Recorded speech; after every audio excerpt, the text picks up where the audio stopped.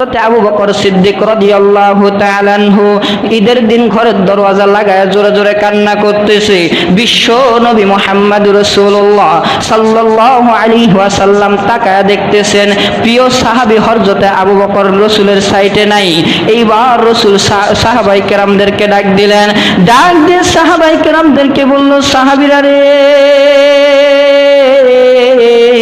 আমার একজন প্রিয় সাহাবী হযরতে আবু বকর সিদ্দিক রাদিয়াল্লাহু তাআলা আনহু, কি ব্যাপার? আজকে তো ঈদের দিন, আজকে তো মুসলমানের খুশির দিন, তাহলে আমার প্রিয় সাহাবী আজকে ঈদের ময়দানের ভেতরে কেন আসে নাই? ঈদের মাঠের ভেতরে কেন আসে নাই? তাড়াতাড়ি খবর নাও। হযরতে